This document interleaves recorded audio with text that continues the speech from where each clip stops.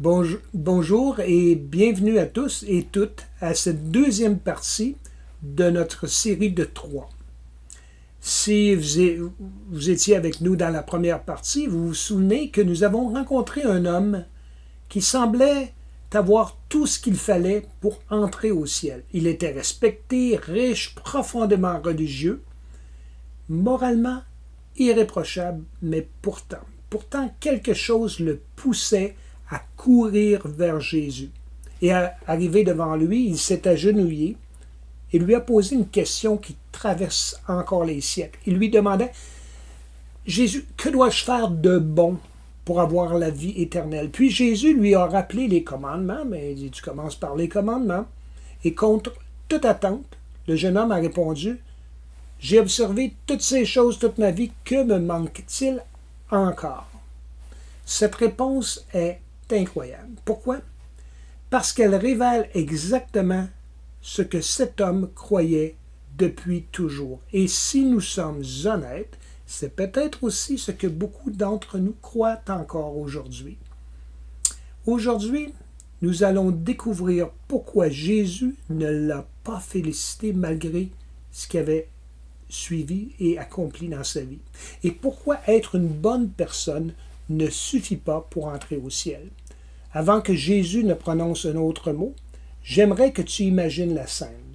Imagine, tu fais partie des disciples, tu observes la conversation à quelques mètres, et franchement, que penserais-tu de ce jeune homme? Il est poli, respectueux, sincère, il connaît les Écritures, il désire réellement plaire à Dieu. Si quelqu'un semblait proche du royaume de Dieu, c'était bien lui. Tu t'attendrais probablement à entendre Jésus lui dire tu sais, tu es presque arrivé, continue comme cela. Encore quelques efforts et tu y seras. Mais Jésus ne dira rien de tout cela et au contraire, il va commencer à retirer une pierre après l'autre jusqu'à faire s'écrouler tout ce que sur quoi cet homme bâtissait sa sécurité. Et c'est là que l'histoire devient bouleversante. Souviens-toi de sa question. Tu te souviens? Il a demandé à Jésus: que dois-je faire de bon? Arrêtons-nous quelques instants. Ne regardons pas encore la réponse. Regardons la question, parce qu'elle contient une idée que des millions de personnes considèrent encore comme évidente. Que dois-je faire? Faire davantage, faire mieux, faire assez, et encore, et encore. Toute sa confiance repose sur cette idée. Il est persuadé que la vie éternelle est une récompense, qu'elle est accordée à ceux et celles qui accumulent suffisamment de bonnes actions comme des points à la banque, si vous voulez. Et honnêtement, est-ce que ce n'est pas exactement ce que beaucoup de gens pensent encore aujourd'hui? Ah, j'essaie d'être une bonne personne. Je fais de mon mieux. Je ne suis pas parfait. Dieu le sait. Mais je crois aussi que Dieu verra mes bonnes intentions. C'est comme si il y avait une balance céleste. Dieu va mettre mes bonnes actions d'un côté et mes mauvaises actions de l'autre, puis en espérant que j'en ai plus de bonnes que de mauvaises. Cela me paraît humble. Cela paraît aussi logique, mais est-ce que c'est réellement ce que la Bible enseigne? Et avant de répondre, laisse-moi te raconter une petite histoire. Très intéressante. Imagine que tu entres dans ton magasin préféré. Tu connais le propriétaire depuis longtemps. Vous êtes même en quelque sorte des amis. Un jour, tu lui demandes: est-ce que tu accepterais que j'achète à crédit? Et comme il te fait confiance, il accepte. OK.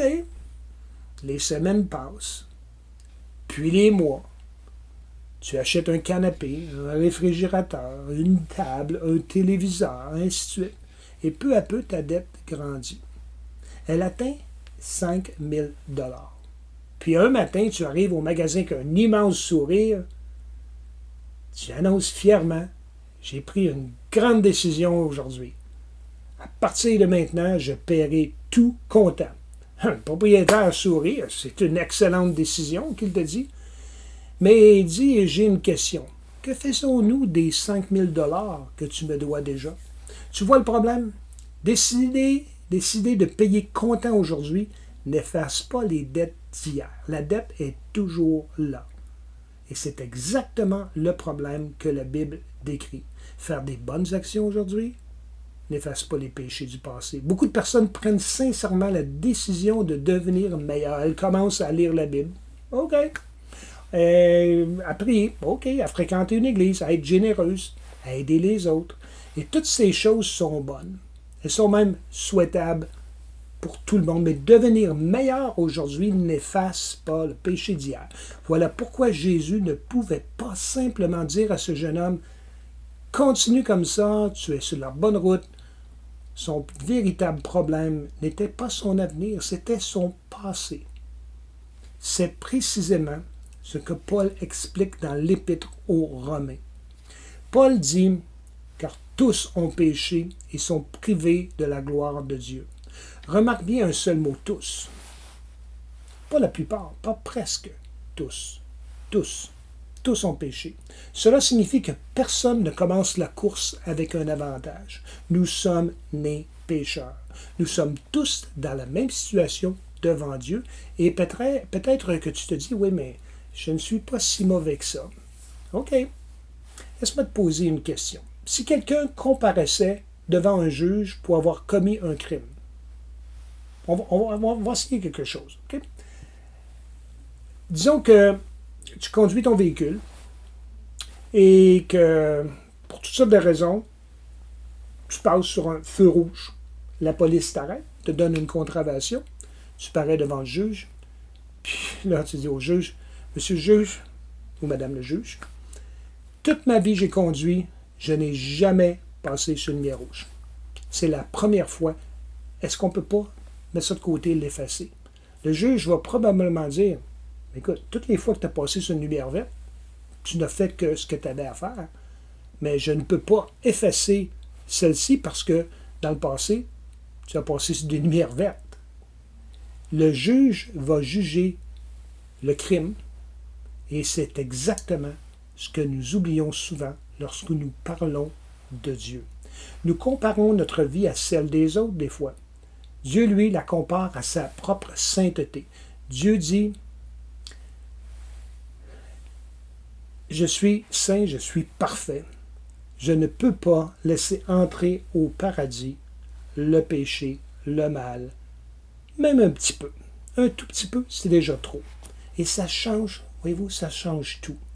Parce que Paul poursuit aussi avec un autre verset extraordinaire. Il dit, « Le salaire du péché, c'est la mort, mais le don gratuit de Dieu, c'est la vie éternelle en Jésus-Christ, notre Seigneur. » J'aime énormément ce verset. Pourquoi? Parce qu'il contient deux mots qui s'opposent complètement. Salaire et cadeau ou don. Un salaire, on le mérite. Tu travailles, ton employeur te le doit, mais un cadeau, tu n'as pas à le gagner. C'est gratuit, tu le reçois. La vie éternelle n'est donc pas un salaire, elle est un cadeau. Et c'est ici que l'Évangile devient radicalement différent de toutes les religions fondées sur les efforts humains.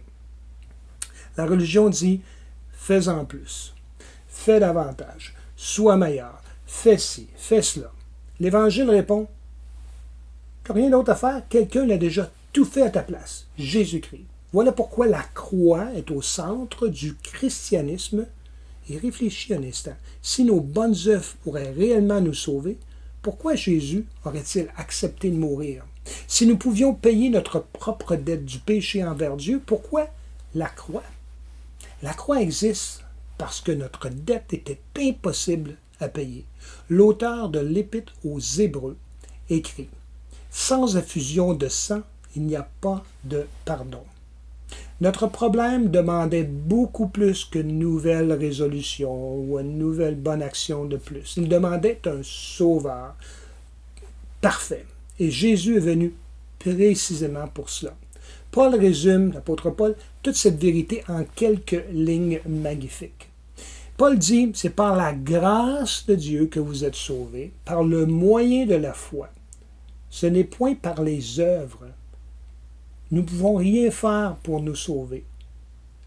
Paul ajoute encore, il nous a sauvés, Jésus, il nous a sauvés, non à cause des œuvres de justice que nous aurions faites, mais selon sa miséricorde. Arrêtons-nous une dernière fois, cette histoire ne cherche jamais à démontrer que ce jeune homme était mauvais. Au contraire, qu'il était probablement meilleur que la majorité des gens de son époque. La vraie question n'est donc pas « était-il un homme bon ?» On sait. On croit bien que oui. La vraie question est « est-ce qu'un homme bon peut-il effacer sa propre culpabilité devant Dieu, son propre péché? » Et la réponse est claire, non. Non parce que Dieu serait sévère, mais parce que Dieu est parfaitement saint. Ce n'est pas la sévérité de Dieu. Dieu ne peut pas laisser entrer au paradis ce qui n'est pas parfait. Alors, comment être parfait? Accepter la perfection de Jésus qui nous est donnée par la grâce de Dieu en mettant notre foi en Jésus. Nos péchés sont pardonnés. Quand Dieu nous regarde, il voit la perfection de Jésus et il dit, ben, maintenant tu peux entrer. C'est aussi simple que ça. On ne peut rien faire de nous-mêmes, sauf accepter par la foi ce que Jésus a fait. Jacques écrira plus tard, « Quiconque observe toute la loi, voyez-vous, mais pêche contre un seul commandement, devient coupable de tous. » Une seule lumière rouge, c'est suffisant. Alors pourquoi Dieu a-t-il donné les commandements? Était-il destiné à nous ouvrir les portes du ciel? Les 10 commandements? Non. Les 10 commandements avaient une autre mission. Ils devaient révéler notre besoin d'un sauveur. Vous savez, dans l'Ancien Testament, les commandements ont été donnés, puis les gens se réalisaient que c'est impossible de tous les suivre tout le temps. Donc, le message, le but, c'était, ben, comment je vais faire? Je ne peux pas le faire, donc j'ai besoin de quelqu'un, j'ai besoin d'un sauveur. C'est ça. C'est ça la raison des commandements. Imagine un miroir, ok? Un miroir parfaitement propre. Tu te regardes dedans, et puis le miroir révèle chaque imperfection de ton visage. Mais il est incapable de te laver. Le miroir montre le problème, mais il ne peut pas le résoudre. Les 10 commandements, la loi de Moïse agit exactement de la même manière. Elle révèle notre péché, mais elle ne peut pas nous sauver. Elle nous conduit vers celui qui le peut. Et maintenant, nous arrivons au moment décisif de cette histoire. Jésus. Jésus va mettre le doigt sur une seule chose, une seule. Et cette chose va révéler ce qui empêchait réellement ce jeune homme d'entrer dans la vie éternelle. Étonnamment, ce ne sera pas d'abord une question d'argent.